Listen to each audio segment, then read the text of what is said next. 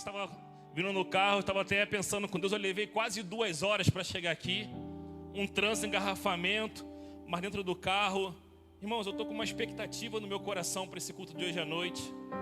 Eu estou com uma expectativa tão positiva, tão abençoadora para o início dessa campanha. Eu creio que Deus vai fazer proezas no nosso meio. Deus, além de estar, vai se manifestar, e não só aqui, mas na história da sua vida. Amém? Então senta aí crendo em fé para receber de Deus. É uma alegria muito grande estarmos aqui. Estamos em oração e jejum por essa campanha. Há pessoas orando, a consagração. Essa semana, juntamente com o Ministério de Homens, nós fizemos jejum por essa campanha que estamos iniciando hoje. Durante todo...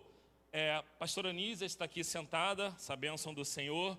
Me ligou há um tempinho atrás, falando sobre esse mês de julho, né? E como esse mês de julho é tão especial para nós, né, do Ministério de Homens, ela não me comissionou dessa missão, debaixo da bênção do nosso pastor Amadeu, que nós temos nos submetido, temos ouvido e temos aprendido com a vida dele. Por isso que nós oramos por ele sempre, para que Deus o renove em saúde, para que Deus o fortaleça, porque com 74 anos, irmãos, ele está com muito mais vigor do que muitos jovens aí, irmãos. A vitalidade, a força, a coragem, a ousadia do nosso pastor nos inspira a rompermos e crermos que, como Canaã, cada promessa do Senhor para as nossas vidas é real. Amém? E nessa campanha nós vamos... Tem até uma arte menor que ela aparece com um tema assim: Canaã é real. Aí tem os 3 pontinhos, e embaixo está assim: deserto, lugar de sobrenatural. Amém? Deserto, lugar de sobrenatural. Há uma situação em nossas vidas, no relacionamento com o Senhor, que Ele exige de nós. Nesse primeiro dia dessa campanha, no primeiro dia, obrigado, Robson, nesse primeiro dia de nós meditarmos sobre princípios, eu quero trazer um princípio que Deus fez questão de colocar no coração de cada filho dele, para que essa promessa, essa realidade de mudança, que nos dá a condição de crer que tudo o que ele prometeu é real, mesmo em dias difíceis, se faz necessária. Quando nós olhamos um pouco para a nossa história, nós podemos ver marcas, né?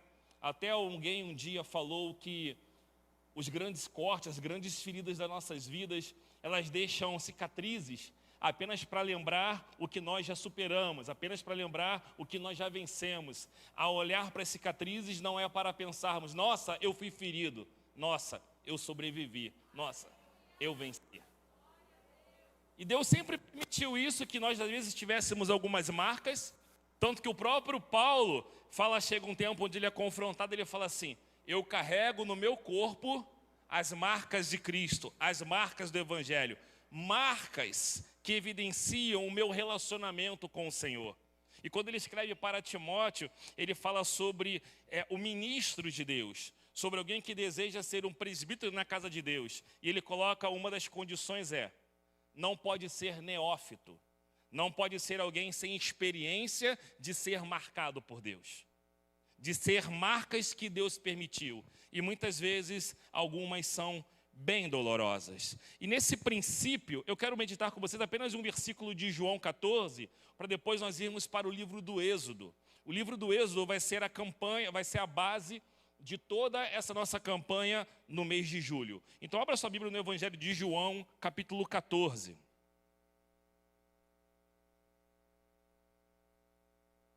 Aliás, João 14, 15, 16 e 17, se eu tenho alguns capítulos preferidos na Bíblia, esses são algum deles, né? 14, 15, 16 e 17, fala sobre a pessoa do Espírito Santo, sobre a promessa do Pai.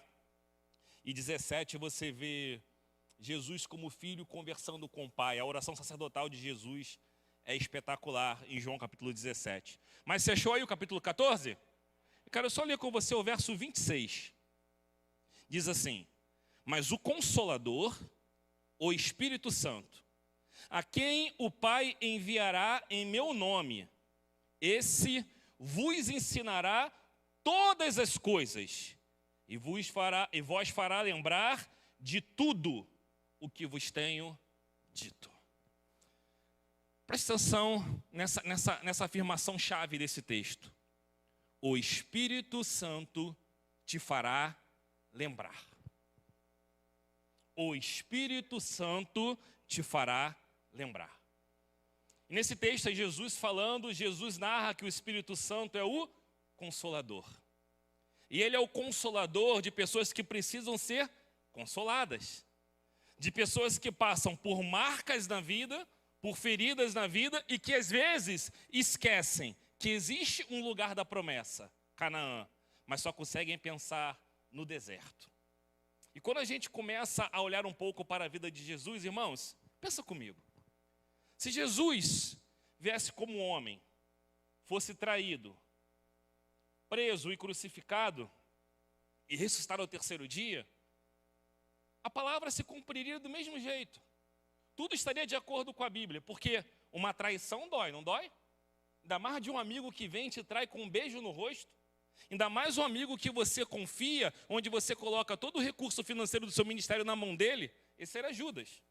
Então, esse caminho de dores de Jesus já estava representado se fosse só isso que acontecesse com Jesus. Mas por que a via dolorosa? Por que aquele caminho todo de humilhação? Por que aquele cenário de colocarem sobre ele uma coroa de espinho, baterem ele com um caniço na cabeça, de tirarem a sua roupa, do corpo dele ser moído? Porque até ali, Jesus nos ensinava, filho, o caminho da cruz, da libertação, do lugar de vitórias, exige que você passe por uma jornada de aprendizado, onde o meu sobrenatural se manifesta. Porque ali viam Jesus derrotado. Mas, na verdade, Jesus estava se submetendo a um grande processo de vitória, que só quem tinha visão espiritual conseguia entender. Talvez seja a sua história. Hoje você se vê num cenário de aperto, de dificuldade. Mas nós vamos aprender e mais, iremos viver um êxodo durante essa campanha, no nome de Jesus. Abra sua Bíblia no livro do Êxodo, capítulo 1. Irmãos, não entenda, portas abertas no mundo espiritual não é algo assim, irmãos, anota aí uma receita de bolo. 1 quilo de farinha, sei lá, tantos... Irmão, eu sou péssimo de cozinha. Não sei fazer nada na cozinha, a não ser comer. Mas, porque de madrugada você come na cozinha, para não fazer barulho, né? Então... eu vou na cozinha todo dia estou no trabalho. Então, de noite e de dia, mas não sei fazer nada. Mas pega uma receita de bolo aí, ovos, manteiga, fermento, leva óleo, bolo, óleo de cozinha, para fazer bolo tem que levar óleo. Então, dá uma dica para você, faça com óleo, sem óleo, traz para mim que eu vejo qual que fica melhor e aí eu dou o testemunho para os irmãos para abençoar. Mas não é assim, né? Faz isso, dá 3 passos para a esquerda, dor para a direita e vai acontecer. Não é um cofre que você vai lá, coloca uma senha e vai ficar ali, a porta vai abrir, não é algo estático, não. O mundo espiritual, ele é baseado de princípios de autoridade. E esses princípios de autoridade estão muito acima de histórias individuais. Eu tenho uma história de vida, a pastora tem uma história de vida, minha mãe que está aqui tem uma história de vida, cada um tem uma história de vida. E esses princípios são para todos. E são esses princípios que eu quero compartilhar com você, para que você possa olhar e tê-lo como meta, como alvo. Por quê? Você andando nesses princípios, independente com que você trabalha, independente da família que você nasceu, independente da sua história familiar, independente de qualquer coisa, a bênção do Senhor vai te alcançar, porque o princípio dele vai estar estabelecido. E sobre isso eu quero começar falando com vocês sobre princípio. Sobre isso que Deus colocou algo no meu coração e coisas que eu mesmo nunca tinha visto. Eu estou lendo o livro do Êxodo muitas vezes esses dias, lendo e relendo capítulos. Eu leio e releio e peço a Deus me ministra, me fala para que eu seja uma fonte limpa para a sua igreja. Mas eu quero te lembrar sempre dessa afirmação que nós lemos em João 14, 26. O Espírito te fará lembrar. Deus é tão preocupado com o princípio das coisas, que se você olhar, a Bíblia começa assim. Como que está lá em Gênesis 1:1, no princípio. É algo que Deus se importa tanto com o princípio das coisas, que nós possamos nos perceber sobre experiências que tivemos, sobre coisas que já passamos, que enfrentamos, para que Deus possa olhar e ver assim, como Ele se comporta com isso? Como Ele lida com essa situação? Um dia o pastor Amadeu pregando aqui, ele falou assim, irmãos, se você ora pedindo paciência para Deus, quando vai ser a prova de que você recebeu paciência? Quando você enfrentar problemas. Se Deus ouve a sua oração para que você tenha paciência, Ele vai te dar situações que você precisa exercer paciência. E aí, quando que vem a situação em que você tem que exercer paciência, muitos murmuram, muitos lamentam, mas não entendem que foi um princípio estabelecido. Você quer algo positivo, Deus quer ver como você se relaciona com isso. Deus quer ver, trazer esse princípio à sua vida, porque quando Deus olha para a gente e vê a gente aprovados em histórias, Ele vê a condição de nós vivermos novas. Porque cada situação que nós somos aprovados, cada situação que nós aprendemos, nós nos tornamos um propósito de Deus. Porque você supera a dificuldade para ajudar o outro quando estiver passando. É por isso que nós temos problema na vida. É só por isso que nós temos dificuldades na vida. Para superarmos e para ajudar os outros quando estiver passando por ela. E a Bíblia começa assim, no princípio. E hoje vai ser o princípio do êxodo na sua vida. Hoje vai ser o princípio de que você vai colocar a promessa de Deus, que Canaã era uma terra de promessa de Deus para o seu povo, como algo real na sua história. A promessa de Deus, ela sempre é real. Mesmo sentado, feche os seus olhos, vamos orar nessa hora. Pai, obrigado por esse tempo, obrigado porque eu tenho que falar com o seu povo, porque o Senhor me deu a palavra. E eu sou agradecido por isso, Deus, porque de mim mesmo, eu só poderia falar de coisas limitadas, mas quando eu falo da sua palavra, é o seu Espírito Santo agindo no meio de nós. Pai, que o Senhor convença, que o Senhor renove, que o Senhor remova cativeiros da mente, que o Senhor quebrante corações, que o Senhor faça aquilo que eu não posso fazer. E me usa como seu canal, apesar das minhas limitações, da minha pequenez. Eu quero, Pai, que o Senhor me dê a condição de ser claro para falar daquilo que o Senhor compartilhou comigo. Dessa maneira, eu oro agradecido ao Senhor e manifestando a minha dependência no nome de Jesus. Amém? Você abriu em Êxodo 1? Quero ler com vocês aqui a partir do verso 1 mesmo. Vamos ler do verso 1 ao verso 8. São estes os nomes dos filhos de Israel que entraram com Jacó no Egito. Cada um entrou com sua família. Rúben, Simeão, Levi e Judá. Issacar, Zebulon e Benjamim, Dan, Naftali, Gade e Asser. Todas as pessoas, pois, que descenderam de Jacó foram 70. José, porém, estava no Egito. Faleceu José e todos os seus irmãos e toda aquela geração. Mas os filhos de Israel foram fecundos e aumentaram muito, e se multiplicaram, e grandemente se fortaleceram, de maneira que a terra se encheu deles. Verso 8. Entre mentes se levantou novo rei sobre o Egito, que não conhecera a José. Irmãos, esse versículo 8 ele me chama muita atenção, porque está trazendo um cenário pré-escravidão. Está trazendo um cenário que antecede onde eles deixariam de ser um povo de prosperidade para ser um povo vassalo. E o texto está dizendo que essa condição começou a acontecer quando toda aquela geração antiga tinha morrido e a geração nova não tornou conhecido, sabe o quê? O princípio. Olha, novo rei do Egito. Só gostaríamos de lembrar ao Senhor que se o Egito está de em pé hoje, foi porque Deus usou um homem chamado José. E debaixo dos conselhos de Deus, o Egito prosperou e se tornou a maior potência do mundo da época. Ah, mas era difícil ter acesso ao rei, falar com o faraó. Eles talvez eram alguém inacessível. Mas o que eles podiam fazer? Aprender de Deus. Deus estabeleceu no meio do seu povo festas, para que eles lembrassem de tudo o que Deus fez no princípio por eles. O povo podia fazer festa de celebração no meio da terra do Egito, celebrar, nesse dia, o Egito prevaleceu enquanto o mundo todo passava fome durante 7 anos. Nesse dia, José negociou os alimentos que trouxe paz e suprimento para toda a cidade. Deus está dizendo assim: filho, lembre do princípio, porque ele mantém a sua identidade, ele mantém quem você é.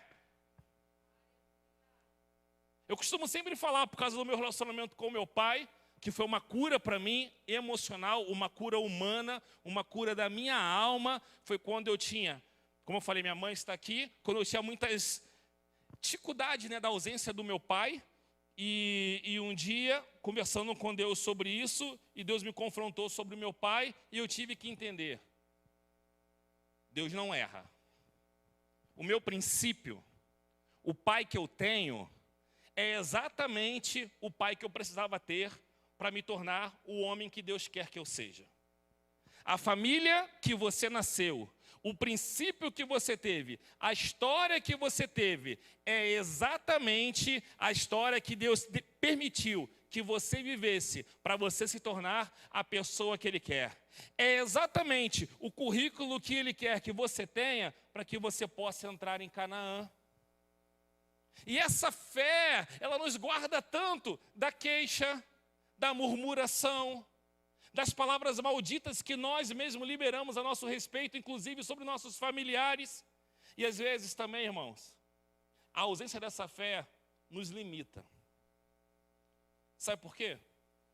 Quando Deus fala assim, lembre de mim, muitos cristãos pensam assim: mas eu sempre lembro, eu oro todo dia, eu leio a Bíblia todo dia, eu leio a Bíblia de capa a capa todo ano. Todo tempo, todo dia que eu acordo, eu vou lá e dobro o meu joelho e oro. Deixa eu te fazer uma pergunta que acho que você precisa entender. Para que você ora? Para que você lê a Bíblia? Para que você está aqui hoje?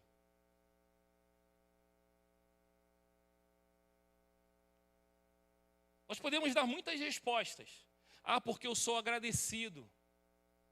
Ah, porque eu dependo de Deus. Mas na oração, e eu demorei a aprender isso na minha caminhada cristã, é uma via de mão dupla. E às vezes nós oramos, nós lemos a Bíblia apenas para dizer para Deus o que Ele tem que fazer ou o que nós queremos que Ele faça. E muitas vezes quando Deus vai falar para nós aquilo que Ele quer que nós viemos a fazer, nós já levantamos e fomos embora.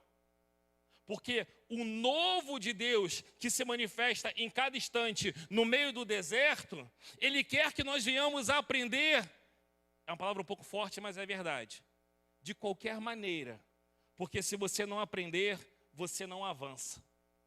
E a Bíblia fala, isso é louco pensar, Paulo falou sobre isso, e depois, nas outras quinta-feiras, eu vou trazer um texto sobre isso para a gente poder pensar. Paulo e Pedro falaram sobre isso. Orações não ouvidas, orações não respondidas, orações que não têm propósito. Porque Deus quer que nós tenhamos um ânimo de olhar e entender: Deus, eu já passei tanta coisa do seu lado, eu já vivi tantas situações difíceis, eu já vivi tantas experiências, só que eu quero ir além, eu quero aprender algo novo. Deus deseja usar pessoas que têm esse desejo e anseiam por Canaã, porque um dia Ele fez uma promessa, e Deus quer ver pessoas que se movam debaixo dessa promessa. Qual é a promessa da sua vida?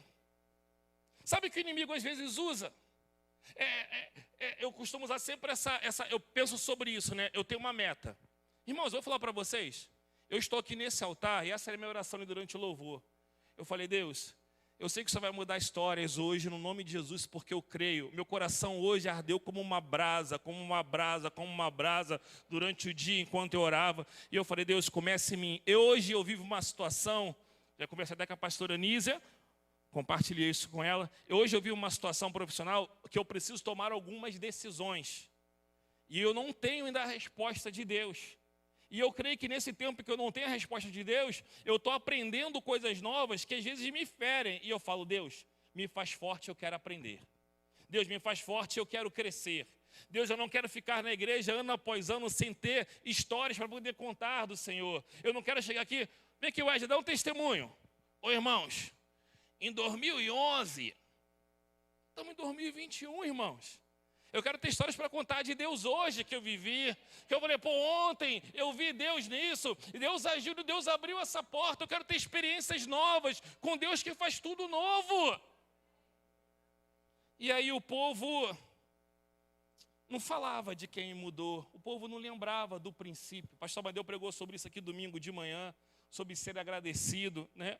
De falar, de compartilhar da sua história, de dar o testemunho. E eu até me pergunto aqui, quando eu vejo esse verso 8 aqui, será que eles pregavam o evangelho, esse povo de Deus aqui? Que foi suprido, que foi abençoado. E mais, eles tinham a promessa de ser uma multidão. E o texto está dizendo aqui que eles se multiplicavam. Será? Estou pensando aqui, tá? Será que quando a promessa se cumpriu, eu sei que isso não acontece na nossa igreja, na igreja Nazaré de Mesquita não acontece isso, falando de outras igrejas, de outros crentes. Mas será que quando a promessa se cumpriu, eles esqueceram de Deus?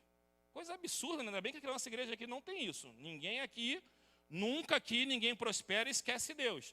Mas acontece isso aí, eu ouço falar que acontece isso por aí. Mas será que aconteceu isso aqui? Eles prosperaram, eles cresceram e deixaram de falar de Deus? Será que esse foi o cenário que eles tinham? E aí, o inimigo começa a se levantar. Quando já não tinha mais a referência de quem era o povo de Deus no meio daquele Egito, eles começaram a ter outra identidade. E como eu disse, deixaram de ser um povo abençoado para virar escravo. Esse novo rei que não conhecia José, é interessante que a Bíblia fala isso, né? Não fala assim, esse novo faraó não conhecia Deus. Fala assim, esse novo rei não conhecia José. A Bíblia tem uns detalhes que são muito interessantes, né? O problema não é que o faraó era pagão, porque o outro também era pagão. O outro não conhecia a Deus. Mas o problema é que ele não conhecia a história de José. Olha como é importante você pregar. Olha como é importante você falar de Jesus. Olha como é importante você declarar a sua gratidão, não apenas ter guardada no seu coração. E aí, quando começa esse cenário de perseguição, Faraó chega, chama duas parteiras, duas mulheres que trabalhavam juntamente no povo hebreu e falou assim, olha, cada mulher hebreia que tiver um filho, está no capítulo 1 do Êxodo, depois você lê em casa com calma. Cada mulher hebreia que tiver um filho, se for menina, deixe viver. Mas se nascer homem, mate. Se nascer homem, não pode viver. E o texto diz, depois você vai ler com calma, interessante que a Bíblia dá até o nome dessas mulheres, Sifrá, e a outra se chamava Puá, está no verso 15 do capítulo 1. E o texto diz, vamos ler aqui no verso 17 juntos? Capítulo 1, verso 17. Olha o que está escrito aqui. As parteiras, porém, temeram a Deus e não fizeram como lhes ordenara o rei do Egito. Antes, deixaram viver os meninos. Então o rei do Egito chamou as parteiras e lhe disse, por que fizeste isso e deixaste viver os meninos? Respondeu as parteiras a Faraó, é que as mulheres hebreias não são como as egípcias, são vigorosas, e antes que lhe chegue a parteira, já deram à luz os seus filhos. Irmãos, essa mulher aqui dá um tapa sem mão em Faraó, né? As mulheres hebreias, elas sofrem menos no parto. As mulheres hebreias são mais abençoadas do que Egípcios, fala essa analogia do que é as egípcias. As mulheres hebreias têm a promessa de Deus, porque feita lá no princípio, no pai Abraão, que mesmo que o inimigo se levante contra elas, mesmo que Deus tenha que mudar a natureza, essas mulheres serão preservadas, porque a promessa de Deus sobre a sua vida não falha, independente da fúria do inimigo. Interessante que essas mulheres que foram zelosas, depois você lê em casa, como eu disse, diz assim: e Deus as vendo, as abençoou e lhes deu família. Irmãos, quando nós estamos no meio de um deserto, a gente obedece a Deus, é louco, mas pensa, a gente prospera.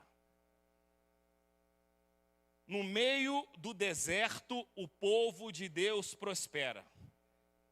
E se você olhar na Bíblia, eu vou trazer aqui para quinta-feira que vem um mapa do caminho que o povo de Israel fez quando saiu do Egito até Canaã.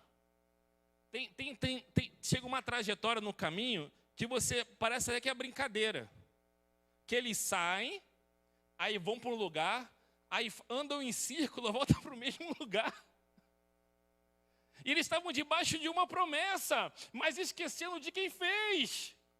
Eles estavam vivos, guardados por Deus. Aliás, Juliana, no culto de domingo à noite aqui, Juliana, a Beca do Louvor, ministrou lindamente sobre essa passagem da coluna de fogo, né, que iluminava de dia, e a de nuvem que protegia eles do sol, no domingo à noite. E o povo caminhava guardado por Deus, mas preste atenção, caminhava em círculos, porque não tinha entendido ainda o princípio. Muitos de nós, às vezes, estamos caminhando na presença de Deus, mas sem novidade de vida. Estamos caminhando em círculos. E Deus quer que você entenda, filho, olhe para frente. Canaã é uma promessa real. Eu quero chegar ali, eu não posso ficar me entendendo por luzinhas que brilham ao redor, por oportunidades que todo mundo diz que vai ser bom, mas eu não falei que é, porque o seu rumo é ali, vai para lá. E Deus está dizendo assim, filho, lembra do princípio, a ordem é reta. E quando a gente começa a murmurar, a gente vai perdendo a direção. E a gente se perde no meio da história. Quando essas parteiras fazem isso, Faraó fica irado e diz assim, então tá bom, a ordem é o seguinte, toda criança do sexo masculino tem que ser jogada no rio Nilo. Não é mais o que nascer agora, já nasceu um tempo atrás, é bebê, é criança, morre do povo hebreu. E aí começa a vir a história à tona de quem? No capítulo 2, o nascimento de Moisés. E Moisés nasce nesse cenário. E o interessante é como a Bíblia narra, irmãos, a Bíblia é a Bíblia, irmãos. Precisamos ler a Bíblia. A Bíblia ela nos ensina tanto sobre princípios, nos confronta tanto. Quantas coisas que eu leio na Bíblia hoje eu vejo, opa, isso aqui eu preciso fazer melhor. Opa, Deus quer que eu faça isso.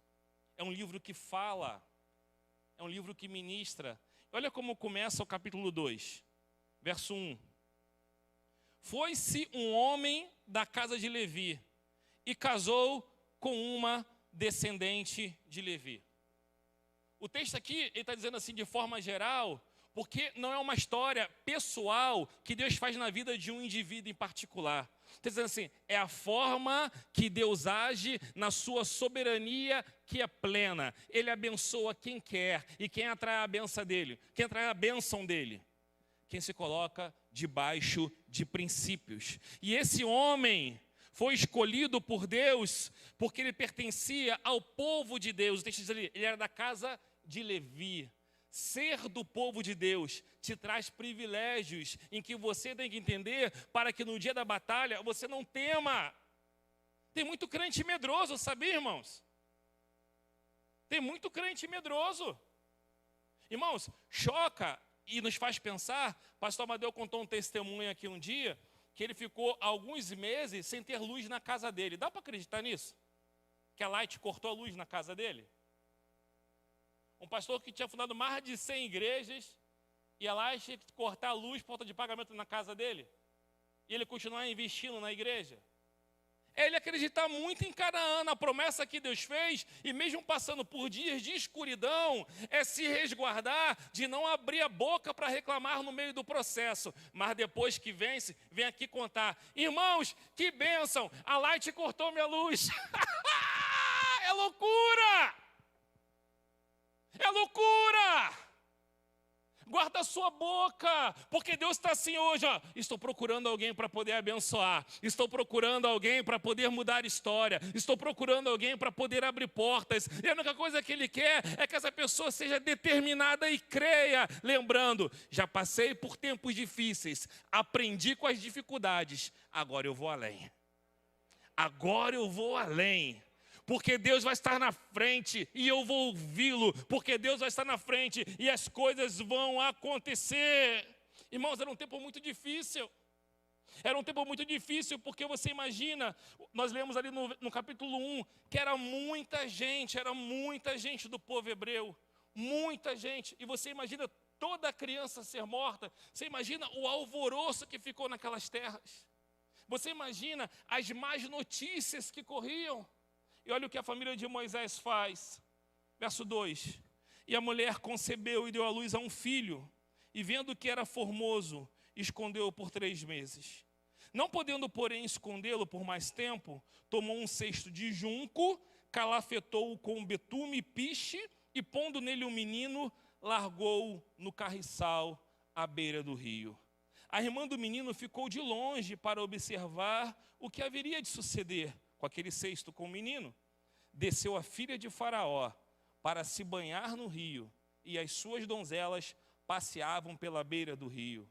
Vendo ela o cesto no carriçal, enviou a sua criada e o tomou. Abrindo, viu a criança e eis que o menino chorava. Teve compaixão dele e disse: esse é menino dos hebreus.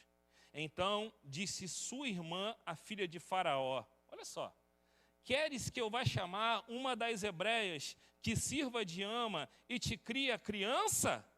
Respondeu-lhe a filha de Faraó: vai. Saiu, pois, a moça e chamou quem? A mãe de Moisés. Então lhe disse a filha de Faraó: leva este menino e cria-mo. Pagar-te-ei o teu salário.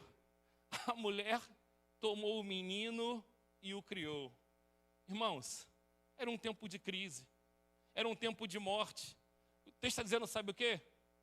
Debaixo de um propósito de Deus, essa mulher que estava à porta de ter seu filho morto, conseguiu que o seu filho fosse protegido pela filha de Faraó, arrumou um emprego, porque ela ia receber salário para poder cuidar do próprio filho, ainda conseguiu uma bolsa para o filho, para o resto da vida.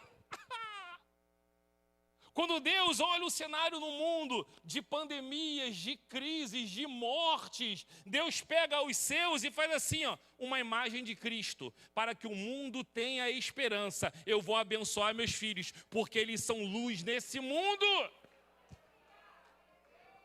É a verdade que a Bíblia diz, não podemos nos apequenar. Eu poderia contar tantas histórias pessoais, profissionais, porque a minha vida é marcada por isso. Eu dei esse testemunho até quando eu preguei aqui, acho que em novembro do ano passado. Nas maiores crises financeiras globais, é o tempo que eu mais ganho dinheiro.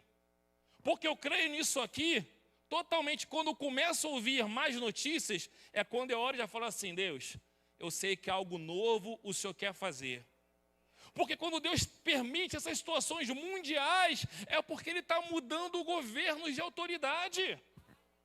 Ele está mudando princípios naturais. Ele está quebrando cadeias para que o novo surja. E nós temos que crer nisso. Nós temos que nos apegar nisso.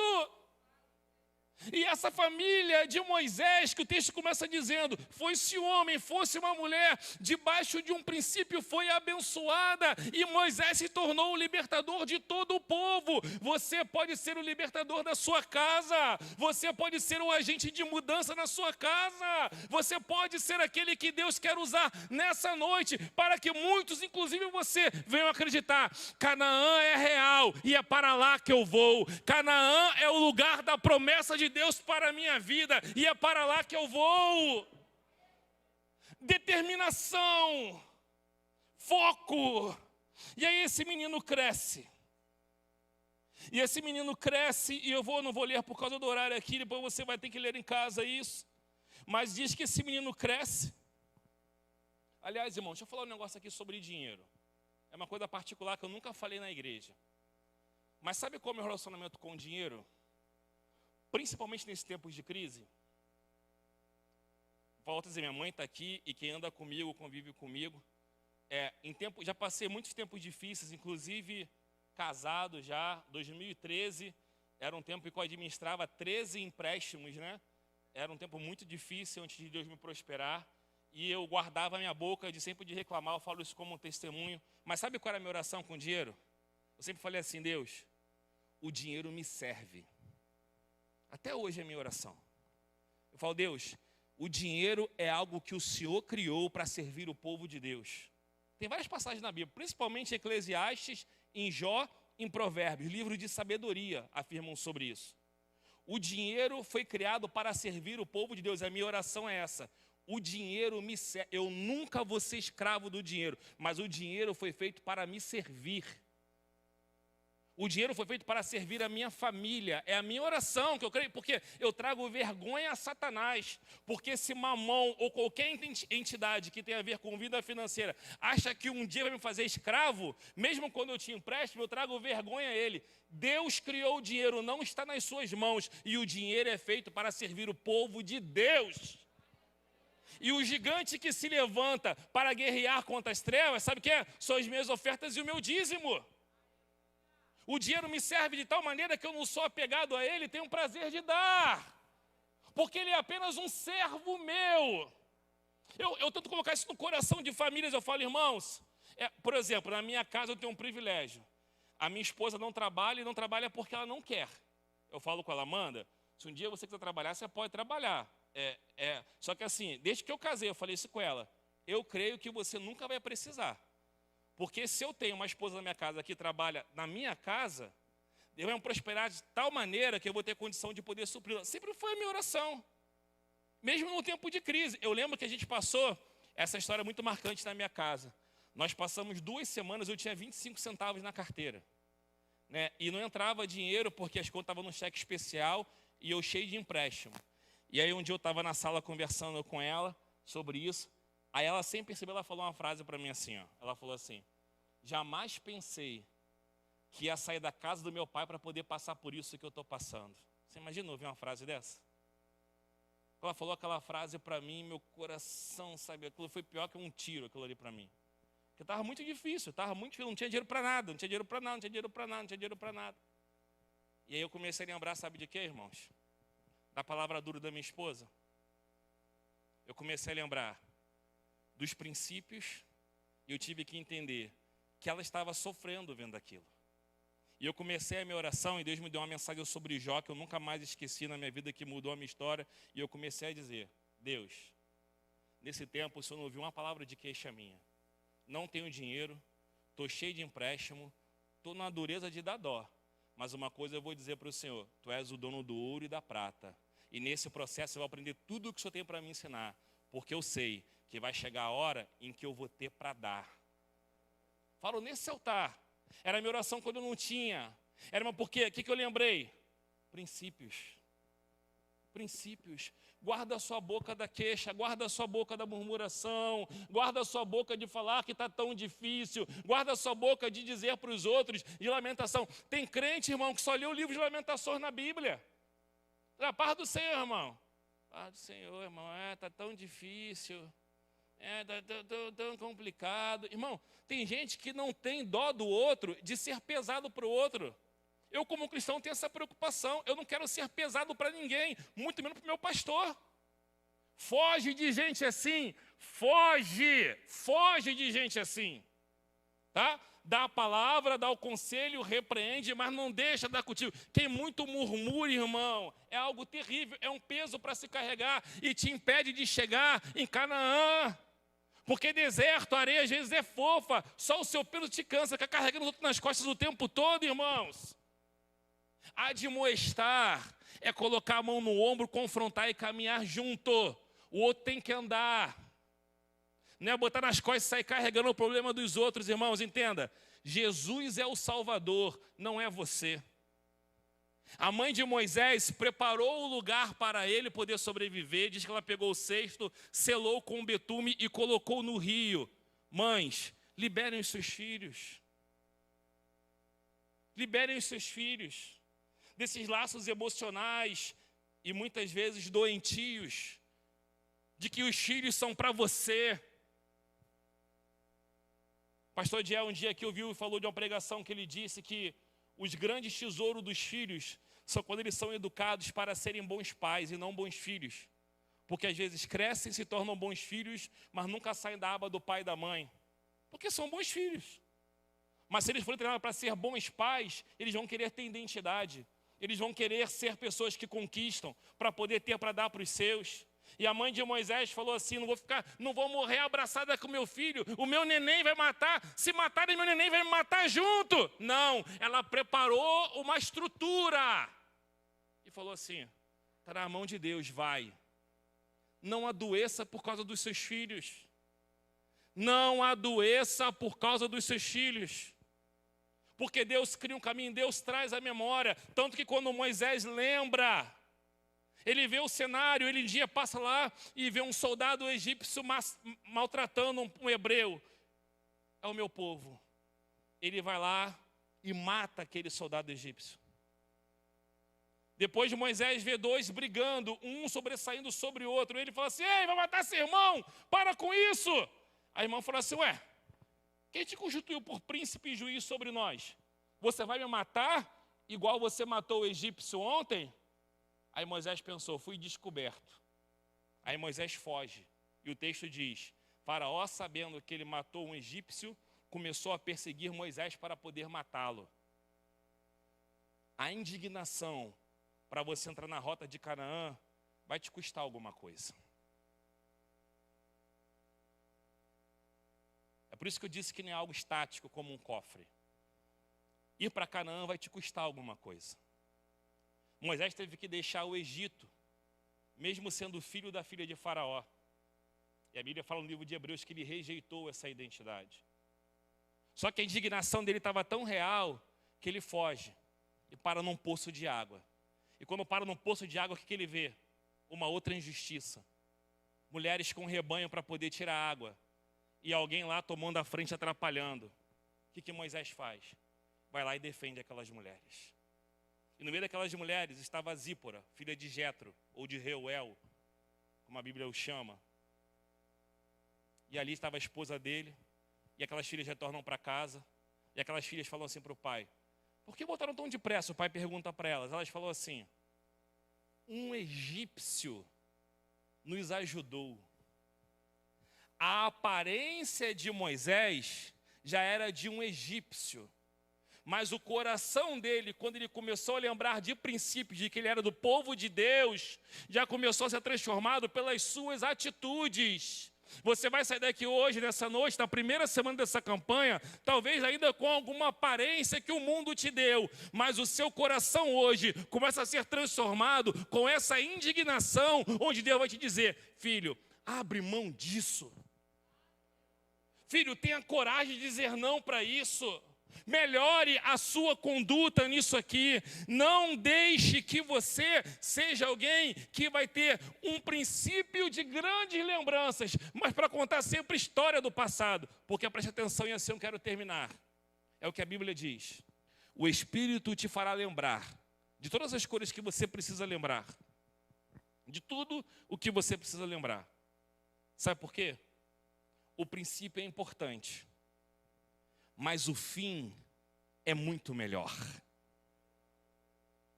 A libertação inicial, ela é maravilhosa, mas Canaã é muito melhor. Sabe por que Deus faz isso? Abra sua Bíblia em Eclesiastes capítulo 7 para a gente poder fechar. Eclesiastes capítulo... Sabe por que Deus faz isso? Está dizendo assim: filho, entenda. Toda jornada do meu lado, mesmo que seja num deserto, vai te levar a um lugar muito melhor do que o que você está. Toda jornada que você trilhar na minha presença vai te conduzir a um lugar muito melhor que você talvez nunca esperou estar. Toda jornada. Irmãos, eu tenho um irmão mais velho, que hoje eu quase não tenho contato com ele. Meu irmão mora hoje no sul do Brasil e por alguns motivos nós pouco nos falamos. E o contato que a gente tem, pouco, muitas vezes sou eu que busco, como ele fez aniversário agora em maio. É um irmão distante. Mas eu lembro que eu tinha alguns sonhos quando meu irmão conviveu comigo. Até eu ter 13 anos, esse irmão morava comigo. E quando ele tinha 15 anos, já não morava mais comigo. Eu lembro que nós tínhamos sonhos que a gente compartilhava. E nós tínhamos um sonho que era ser da aeronáutica. Eu e ele, a gente conversava. Eu lembro disso, que a gente tinha que ser da aeronáutica. E eu lembro que, você vê como são as coisas. Eu, na época de alistamento, sem muita instrução, sem nada, eu me alistei na regional, que tinha lá perto de casa, lá um posto lá de alistamento, né? E eu me alistei lá, e lá era para o exército. Aí eu fui me alistei no exército. Aí cheguei lá no exército no dia, para poder falar tudo lá o exame. Aí me perguntaram com que eu trabalhava. Aí eu falei que já trabalhava, né? Perguntaram com que. Eu falei que trabalhava numa área que tem a ver com saúde, que é a área que eu trabalho até hoje. Aí eu falei, eu não posso servir. Olha só, era o meu sonho, mas no dia da apresentação eu falei assim, eu não posso servir. Foi meu testemunho no dia do quartel, eu não posso servir. Por que eu não posso servir? Porque eu preciso ajudar em casa com o meu dinheiro. Na época eu tinha acabado de virar vendedor na empresa. E aí eu não podia ficar sem receber só aquela ajuda de custo que recebe. Aí o cara começou a botar terror psicológico em mim. Não, você vai servir essa área que você entende, o quartel precisa muito. Poucos são aqui que entendem de coisas de medicamento e tal. Aí na entrevista ele colocou para eu servir. No exame médico eu passei.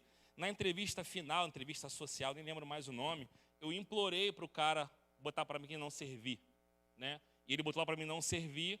Aí no dia lá do excesso de contingente, o cara falou lá que não tinha muita gente, que aí nas 3 fases tinha um não, com certeza não ia servir por causa do excesso de gente. Aí eu fiquei aliviado.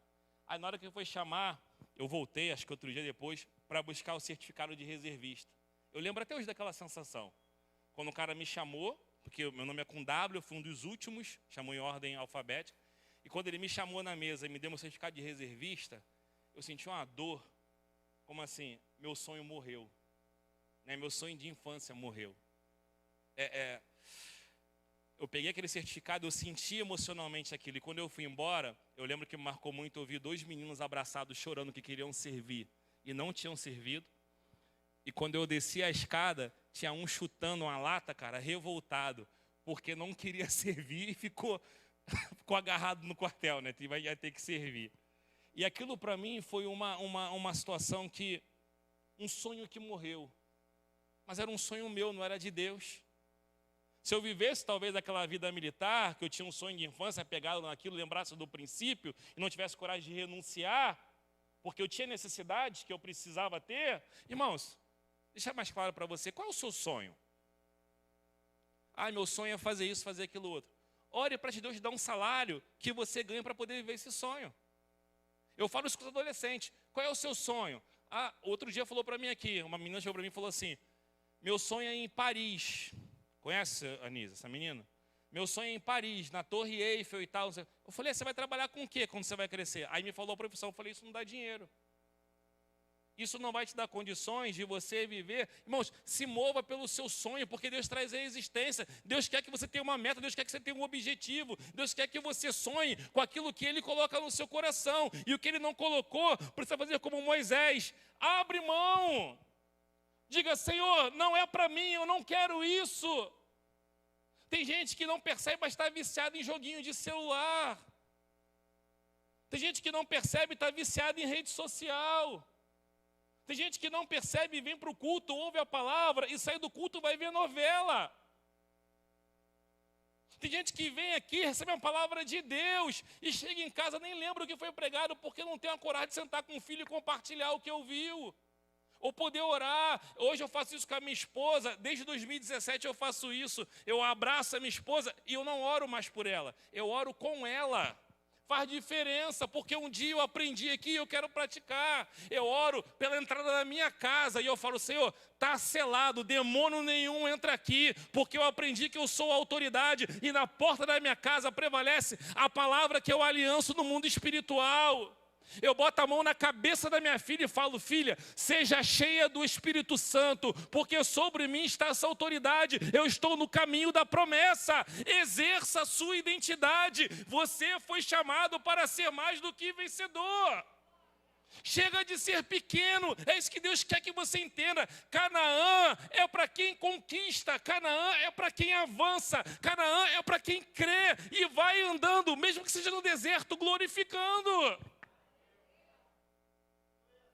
E assim nós venceremos, e assim nós chegaremos lá. Ali, Deus tem coisas maravilhosas, porque Deus te fará lembrar desses princípios. Você abriu Eclesiastes 7 para a gente fechar e abriu aí? Achou Eclesiastes 7? Vamos ler aqui o verso 7. Olha só, 7:7.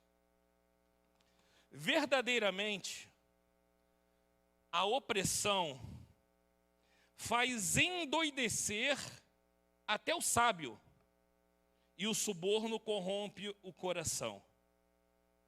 A opressão faz endoidecer até o sábio. Agora olha o verso 8. Melhor é o fim das coisas do que o seu. Melhor é o paciente do que o soberbo, do que o que murmura, do que o que diz para Deus: eu não aceito isso. Deus deve olhar assim e falar assim: cara, que isso?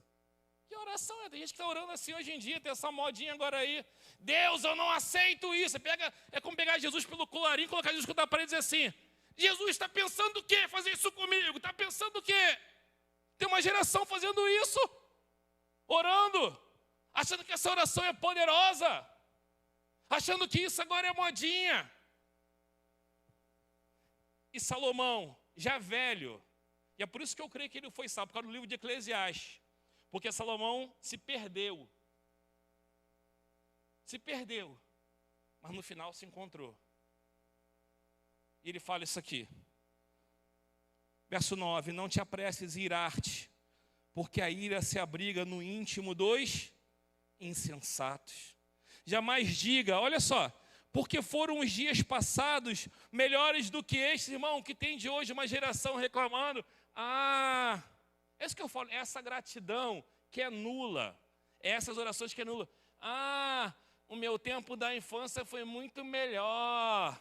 Essa geração de hoje é só Cara, tudo bem, conta essa história, mas o que você está fazendo para abençoar essa geração de hoje? O que você está fazendo para que essa geração chegue a Canaã hoje? Aí fica só com esse discurso: na minha infância, a sua infância foi, na minha foi há mais de 30 anos atrás, irmão. Isso é história, mas a realidade é essa hoje. Tem uma geração de jovens que está se perdendo porque tem uma infância diferente da nossa. E o que iremos fazer? É isso que Deus quer saber. O que você vai fazer?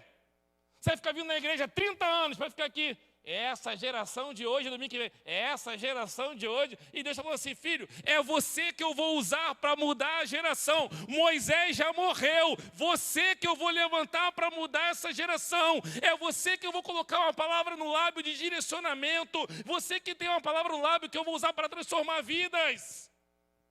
É você, amém? Irmãos, não importa a sua idade.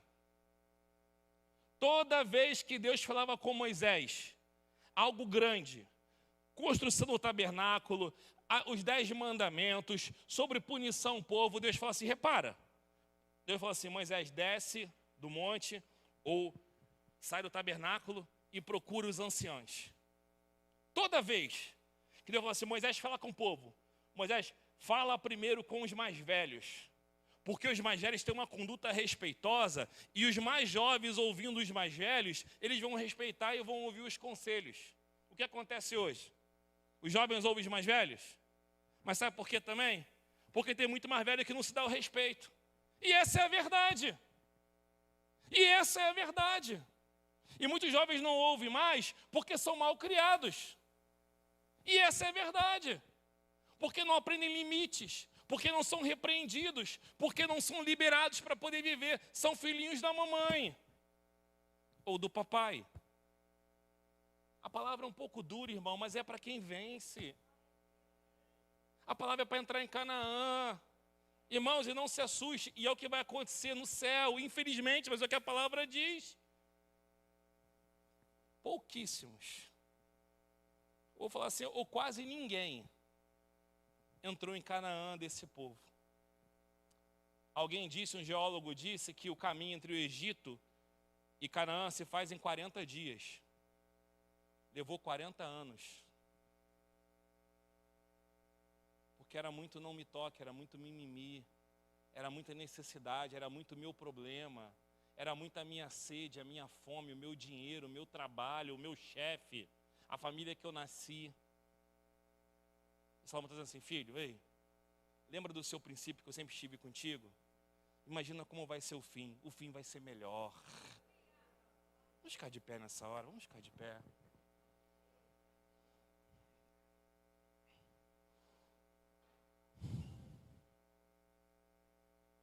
Sabe, irmãos, eu vou ler aqui o verso 2, está muito ligado a um sepultamento, mas eu quero que hoje aconteça um sepultamento do seu eu. Eclesiastes capítulo 7, verso 2 diz assim, melhor ir a uma casa onde há luto,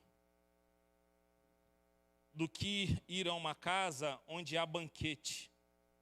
Pois naquele dia se vê o fim de todas as coisas, de todos os homens, porque ele morreu. E os vivos que o tomem em consideração. Eu vou orar hoje. É o primeiro dia da campanha. Mas para que você possa orar comigo e dizer, Deus, hoje eu começo a entrar na rota certa de Canaã. Esse meu eu vai morrer. E se eu não consigo, eu vou pedir ajuda. Mas eu quero me perceber para que haja mudança. Eu quero ficar indignado como Moisés ficou. E Moisés saiu do lugar que estava. E foi para um lugar nenhum. E lá sentado ele viu injustiça, se posicionou. E Deus o abençoou. Quinta-feira que vem nós vamos falar, e você vai perceber, sobre coisas que Deus faz em toda a sua vida, só para chamar a sua atenção. E muitas vezes a gente não percebe. Está na Bíblia isso. Está no livro do Êxodo isso. Deus dizendo assim, ei, eu estou o tempo todo assim, ó, filhão, eu te amo, escuta a minha voz, eu estou aqui, Mas estamos tão cheios de nós, que muitas vezes não ouvimos. É melhor ir à casa onde há luto, do que ir à casa onde há banquete. Coisa louca é o Evangelho, porque o convite nessa noite para o altar é para a morte do eu. É para a morte quando o faraó achou que ia matar projetos, quando o faraó achou que ia matar vidas. Deus vai dizendo assim, no desejo de morte do inferno, eu trago à existência a vida que eu quero. Porque quando vamos para a cruz, irmãos, nem a morte, nem pandemia, nem praga alguma nos separa do amor de Deus que está em Cristo Jesus. Vamos orar? Vamos orar? Pai, eis-nos aqui, Ministério de Louvor, vem aqui fechar comigo. Ministério de Louvor, e vamos orar. Pai, eis-nos aqui nessa noite, iniciando essa campanha, Deus, e eu entendo que é apenas o princípio, porque o final vai ser muito melhor. Deus, estamos falando aqui sobre princípios espirituais que precisam ser estabelecidos. E o primeiro deles é a fé. É olhar para toda a história que nós já tivemos nessa vida e nos alegrarmos. Porque chegamos até aqui, ainda estamos de pé. Oh Deus, e essa percepção, e essa consciência, Pai, que ela enche os nossos lábios de um cântico novo, que ela quebrante o nosso coração, cheios de uma gratidão que tenha propósito, Pai. Como é bom ver o Senhor em todos os meus caminhos. Como é bom reconhecer, Pai, que o Senhor tem me livrado, Deus, de tantas coisas perversas. Como é bom, Deus, ver que na minha casa realmente, Pai, eu tenho ouvido da voz do Senhor.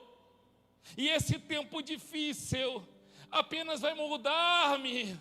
E esse tempo difícil apenas vai ser para ajuste. Porque hoje eu quero morrer para mim mesmo. Oh Deus, hoje eu quero que o Senhor toque nos meus lábios, como tocou em Isaías, como a brasa do altar, e tire a palavra de queixa, tire a palavra de murmuração. Hoje eu quero, Pai, que o Senhor, no nome de Jesus, converta-me a Ti, para que eu seja verdadeiramente convertido e possa entrar em Canaã. Faz-me enxergar que o deserto é o lugar do Seu sobrenatural. Faz-me ver as Suas promessas que estão diante de mim, e eu quero vivê-las. Faz-me ser um tipo de pessoa que agrada ao Seu coração.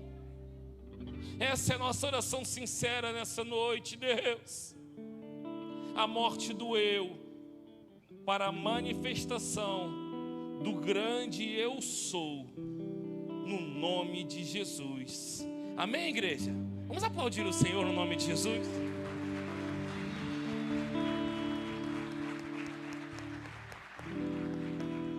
Eu ia orar para chamar você no altar, mas eu não vou chamar você no altar.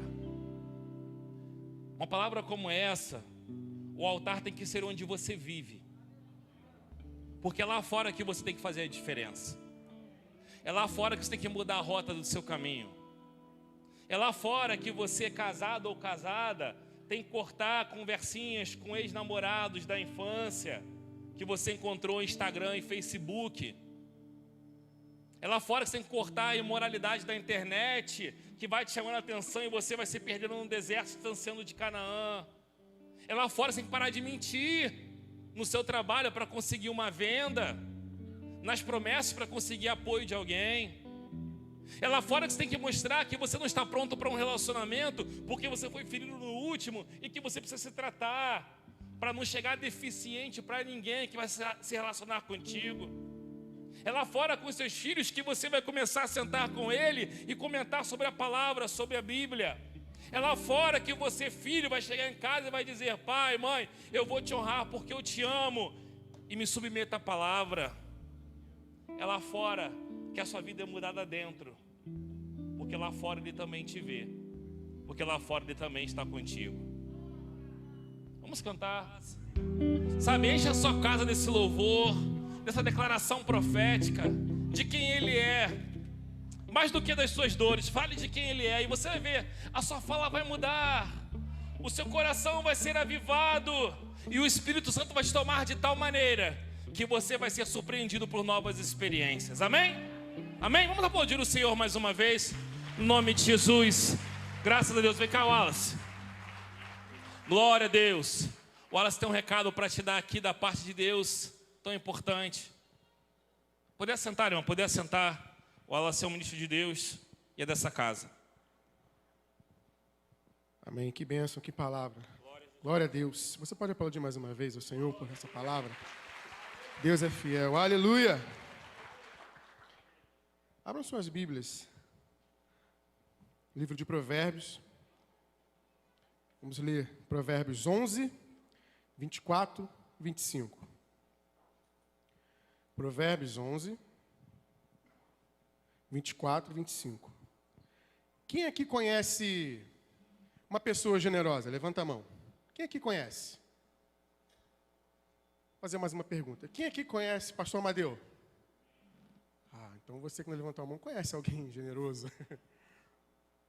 Nosso pastor é uma bênção. Com meu pai eu aprendi o que é ser homem. Com o nosso pastor eu aprendi o que é amar. Pessoa mais generosa que eu conheço, próximo a mim. Abriram? Provérbios 11, 24?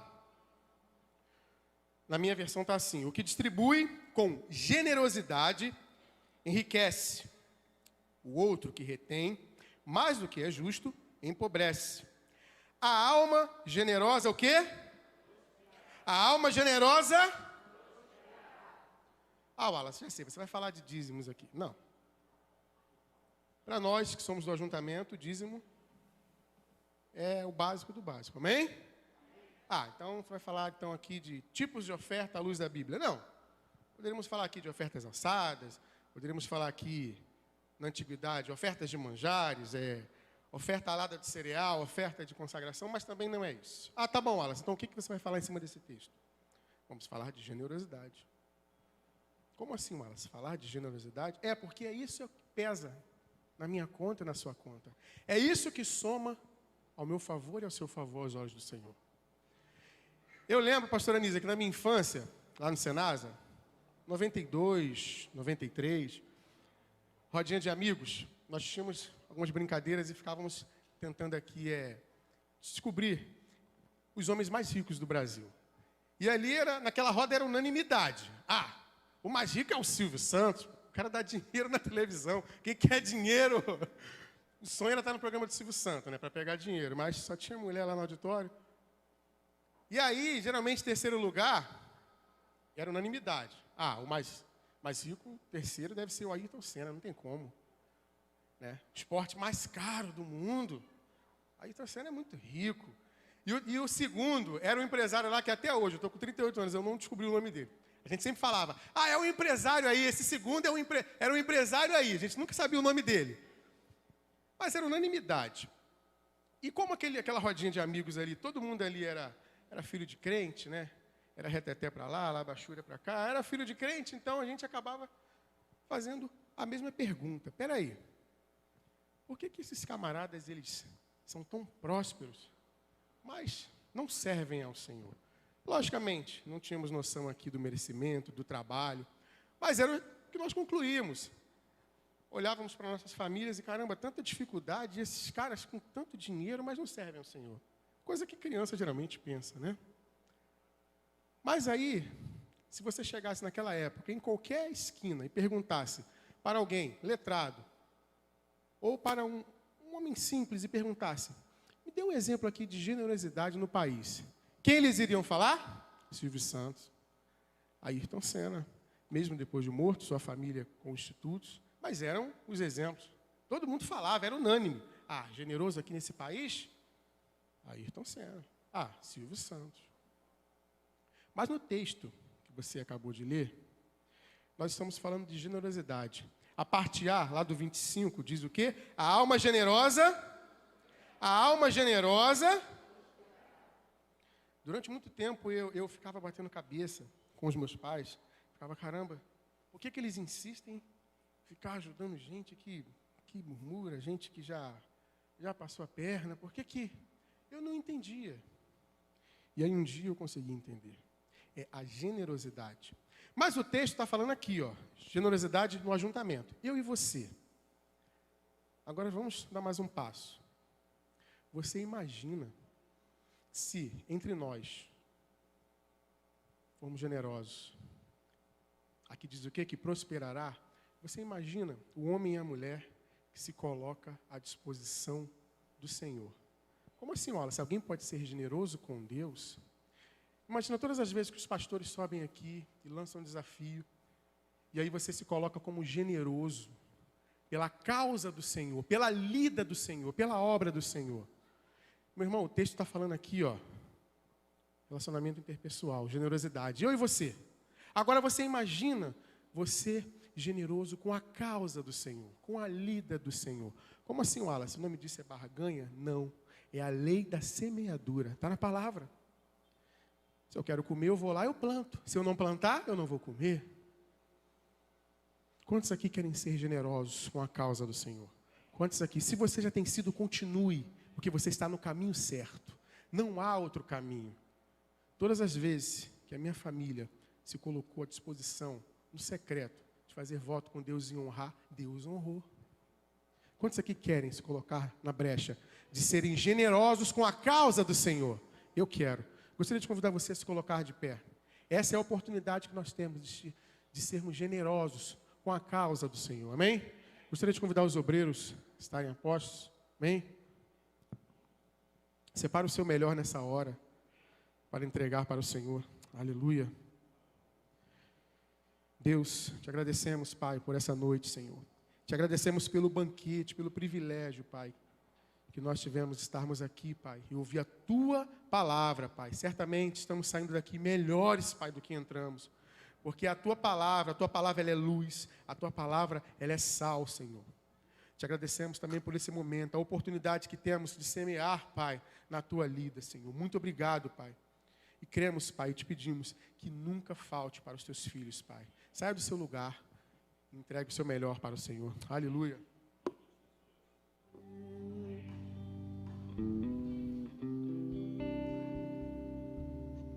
Amém. Estamos abençoados, amém?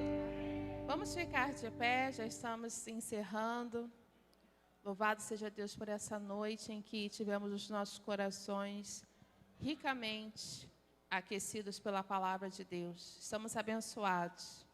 Queridos, no próximo sábado é jejum congregacional.